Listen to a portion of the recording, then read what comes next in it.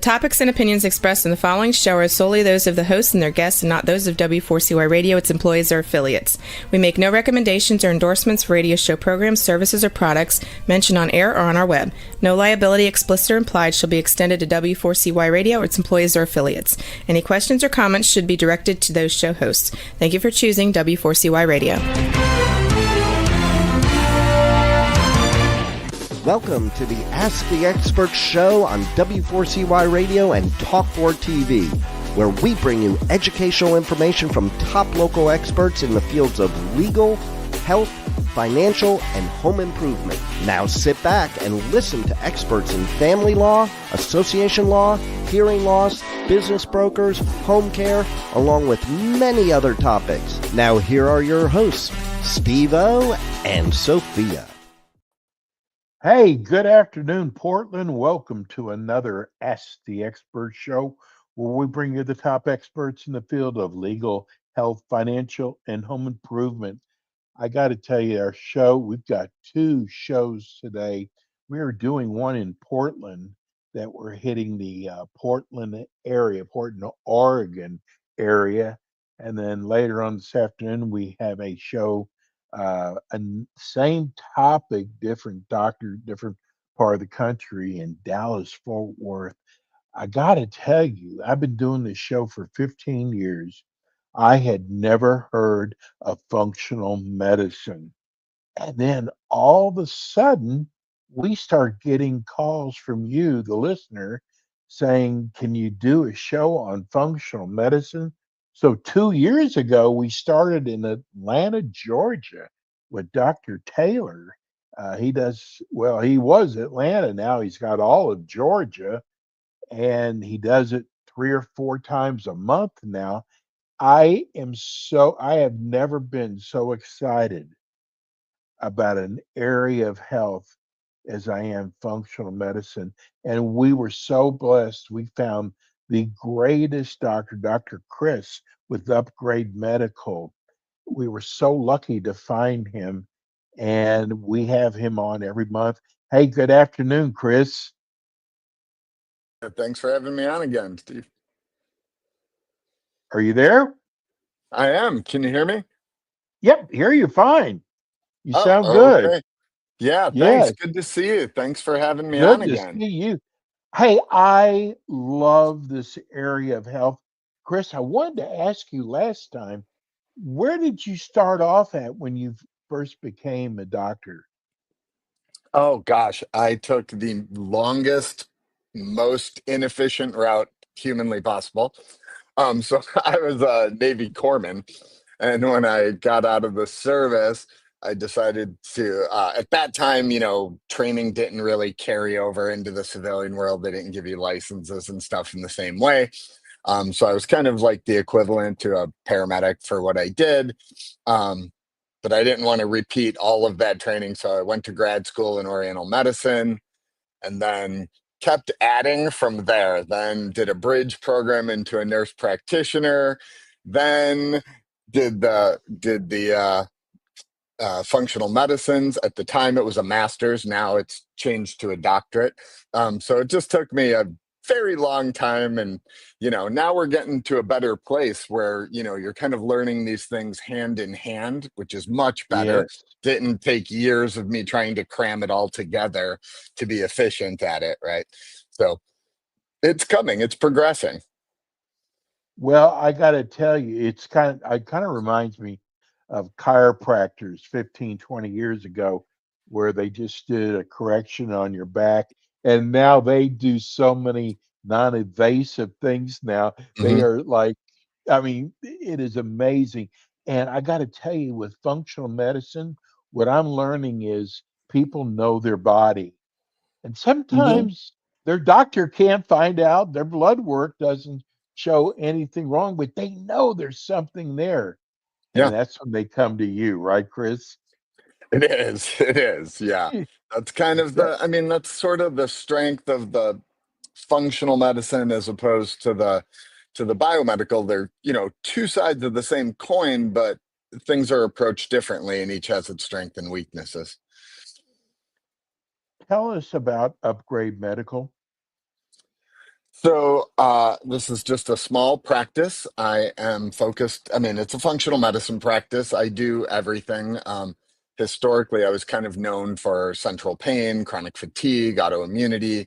I've shifted. I still do that, but I've shifted into more optimization, preventative care, longevity, sports performance, those kind of things. Which interestingly, you'd think is completely unrelated. However, the application of functional medicine is the same. It's just what you're targeting, what systems involved, and how you're applying it. That's it.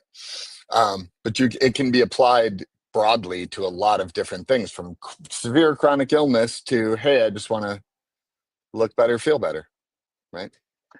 I promised somebody, and we started promoting your show on iHeart and Facebook several days out, and somebody contacted me wanting to know if you do the pellet. I do have pellet implants. And I like them. I'll admit I have them myself now that I'm 55. Ah, Um, no, I can't put them in myself. That's a little right. trickier. Yeah, Um, that'd be difficult. right? That would be a Yeah. little tough. But yes, I do pellet therapy. I use a really great company that I think has some of the better proprietary technology. Um, and yeah, I've had very good success with them. Well, he said he's low energy. We gave him your phone number and we told him that we would be asking you today if you did. I kind of figured you did, but he is, and I have heard nothing but great things about the pellet. Yeah, I mean, there's different ways to deliver hormones, right? And providing that is your actual issue, Yeah, then it's a good way to do it, because it's kind of put them in, forget about it, right? And come back, check right. your labs in a few months, repeat. You don't have the injections, which still remains the gold standard, but you don't have the injections, you don't have the oils, you don't have the creams. You know, it's much easier, improved compliance, improved less dosing variability, an extended duration of action, and direct absorption, right? Um, the biggest downside, it's a little more cost up front, though it kind of amortizes about the same. And really difficult, if not impossible, to adjust the dose down if you needed it, or without having to remove pellets or something. But honestly, that's pretty rare. Um, if you calculate it right, and there's dosing calculators and things like that. So, So tell people what functional medicine, what it is, and what's like the root causes. so, so functional medicine is sort of a scientific naturopathic approach, as the easiest way to to explain it. Naturopathy in itself is very scientific, but this is sort of a more modern version, reframed a little differently. Um, I would say that its biggest biggest issue is what you just mentioned. Its biggest focus, sorry, is what you just mentioned, which is trying to find those root cause issues, which tend to be systems level dysfunctions, right? It's not a linear thing. I had a heart attack. I went to the ER. They're checking my heart. I'm getting this intervention. 100% that is necessary, obviously, and Western Right. medicine far outperforms functional medicine in that regard. But for chronic underlying things, when it's amorphous, functional medicine is much better suited because it's not linear. It can bounce from one system to the next, because we study and try to extrapolate what those interactions between systems are in the positive and negative. And so then we target the best, target the number one system of dysfunction, the secondary, the third, tertiary, right? And then try to overlap treatments on top of that so that it's mutually supportive. And that's what does fundamental systems level corrections, not a linear, one single pathway or one single intervention. We think of it this way: you want synergy, you want 2 + 2 to equal 6. That's Yes. So let me ask, so what about people with multiple issues? Yeah. I mean, there's things like chronic fatigue and fibromyalgia. How do hmm you diagnose those? So those are syndromes, right? It's in the name. There is diagnostic criteria for them, some of which is just exclusionary, right? Like it's not X, Y, and Z, right? You eliminate big, scary things. We can't attribute those symptoms or results to another condition or pathology or etiology. And then there's diagnostic criteria around each thing. That's sort of the Western first step, right? We use screening tools, we use symptoms, we use, process of elimination, then some labs, etc. But then functional medicine takes it a step further, like I said, looking at systems. And, we've dived into a lot of these potential syndrome pathologies or etiologies, right? And some of them all lead to the same endpoint, right? You mentioned fibromyalgia. That is a central Yeah. sensitizing pain process, right? But to Yeah. get there, it can be from multiple things, from multiple emotional, physical traumas and abuse, all the way to small intestinal bacterial overgrowth, releasing lipopolysaccharides that activate an immune response in the brain via the vagal nerve. So very broad, different reasons, except it ends up in the same place. And that's what we have to tease out. And that's what functional medicine's better at. We just got our first text from Monica in Hi, Portland. Monica. I'm so glad someone's finally doing a show like this. Uh, Dr. Chris, how do you treat stress? Because stress causes so many health issues. Ah, God, so much. I mean, this was a very famous theory. Um, posed by a Dr. Haley Salesi. I'm mangling that name. But it's very well documented in psychology and medicine and naturopathy. The stress effects on the body, its biochemical response to the adrenal glands, its response to the parasympathetic nervous system. So first of all, when you treat stress, you have to try and at least figure out, is this a cognitive process? Is this a physical process? Is this both? Right?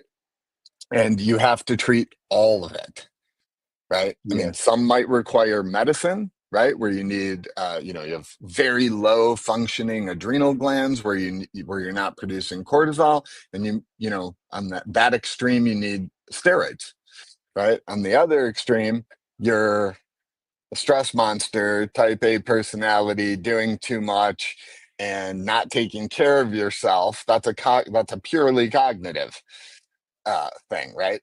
But ne'er the twain shall meet, if you will, right? You have to kind of address both. You have to disrupt the cognitive, support the physical, and then the physical then makes you feel better, so it reinforces that cognitive change. The cognitive change reinforces the physical changes, right? But there's lots of interventions, from Right. external vagal nerve stimulation to acupuncture works very well for stress. um, Things of that nature. There's, of course, a whole category of herbs called adaptogenic herbs. Those are Mm. things like ginseng and rhodiola and ashwagandha, and that literally adapt the body's stress response. So, there's a variety of treatments to do this. Uh, Chris, you deal in anti-aging. We got a text from a lady. She said, I'm 67 years old. My skin is thinning really bad. Is there anything that can be done to treat the skin to make it, to toughen it up? Because every time I just barely scratch it, the skin tears back Mm. because it's so thin. Do you ever? Yeah, skin fragility is a thing. First of all, 67 years young. Let's go with that. Yes. But Okay. then often, skin fragility is a ton of causes. Nutrition's top on the list. Hydration's also high on the list. Muscle density, right? When we lose Mm, muscle density, we get that like sort of loose skin, right? right, We also, sort of lose collagen production over time. We lose growth hormone pulsing over time, which promotes growth and development, maintains things. So you can approach that everything from topical, creams, retinols and biotins and all of those kind of things with, some of super fancy ones, of course, have herbs and antioxidants and exosome kind of things in them, to red light therapy that builds collagen, to reducing your oxidative stress with inhaled hydrogen. And then, of course, internally, nutrition, supplementation, things like that. And then, of course, you have to maintain your pillars of health as well, right. whether it's skin, you know, weight, hormones, it doesn't matter. You name something. If you're not sleeping well, you're going back to the other color, a stress monster. You eat, you don't eat to what you need, whether you eat good or not, right? And you're not sleeping well, you're not going to be healthy. It's going to impact every system. We're getting a lot of texts in today. Dr. Chris, what is your feeling on green tea? We Ah, hear it advertised all the time.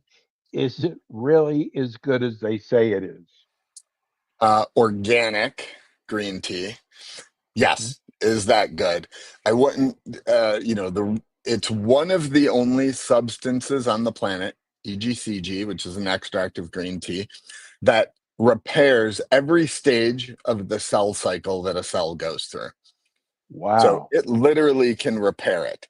It's a potent antioxidant. It's very strong for anti-aging in terms of obviously cellular repair, antioxidation, indirectly probably anti-inflammation. All the benefits that cellular restoration comes with are applied to longevity. The research shows you need about 8 to 10 cups daily of a tea to or equivalent supplement for that to be true. And that we have that data from like places like Japan and China and things like that. um the problem is, it's also caffeinated, so you Yes. have to sort of modulate that. So sometimes supplementation is better. But adding green tea to your smoothies or your general drink of choice is healthy. But they should make sure it's organic. Organic, yeah. Pretty much nowadays, as much organic as you could possibly afford and access. Toxins are probably one of our biggest problems that affects everything, that's also extremely hard to treat, right? Whether it's metals, plastics, of course, is a big one. Those don't go away. Pesticides, food contaminants, molds, et cetera, et cetera, et cetera. I got to tell you, some of the hottest topics now are peptides and the skinny injection. And I mean, I'm sure you see that in your practice. Um, is there any controversy? I got to tell you, I'm on Ozempic, and Mhm. I have not had any problems at all. First of all, I hate shots, Chris. I can't stand. I got to tell you, you think about injecting yourself, you don't even feel it. A lot of times No, I they're have to very look small. down and make sure it's actually punctured the skin. But Yeah. what are some of the controversies on it now? There's a couple controversies.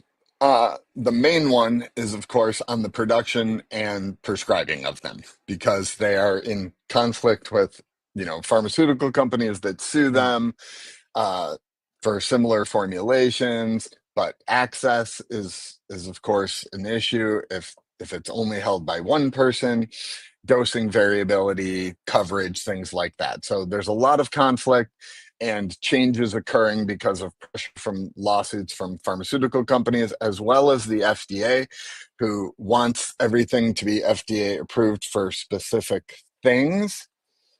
But that's not really consistent with the rest of even straight Western medicine. We prescribe off label all the time, right? And many of the peptides have a lot of strong data, not all of them, but many of them. And some even are FDA approved drugs, right? The other controversy is the direct access for a consumer online versus having them made for the person by, by a provider. So, you know, I mean, not to disparage companies, but you if you're going randomly online, there is a lot of fakes. We can't verify sourcing. We can't verify testing. There are some good companies out there, no question. Is But it you are a so hundred? right, Chris.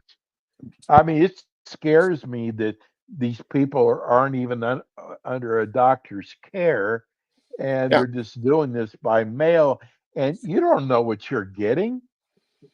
no, and they can, whoever can say, well, here's my certificate of analysis, here's my sourcing, but you can AI create that pretty simply. So Yes, it's very hard. I mean, even Amazon struggles with counterfeit product, right? So, exactly. and they're, huge. So it's difficult. I don't love it. I'm not saying that every single company is unethical and there's not probably good ones, but I would certainly grain of salt, and my preference is to have them made specifically for a person. Um, yeah, I got to tell you, Chris, I had tried everything, and you know what? Some of 'em maybe worked a little bit at the supplements, but I got to tell you, this product is amazing. I've lost about 25 pounds, but the nice. main thing is when I eat now, God, I could have eaten a whole pizza before. Now, one and a half slices, and that's it for me. It's amazing what it does to your mind, Hmm. Yeah, I mean, like what it I does to mean, the cravings. I mean, these drugs are great. They're, and they're getting more and more advanced. Pretty soon we should have what's called a GLP-3. So it kind of went from a GLP-1 semaglutide to GLP-2 tirzepatide. And there is a GLP-3, mostly in the research availability currently, but it should be coming. And what's nice about that is it adds a completely new route of efficacy. And at least currently, the initial data looks like it's preserving more muscle than previous iterations of the drug. So we're gonna, avoid some of that long-term concern as well. So, and You know, honestly, there's a peptide for everything, yes, and I want and to they're tell you very this. effective.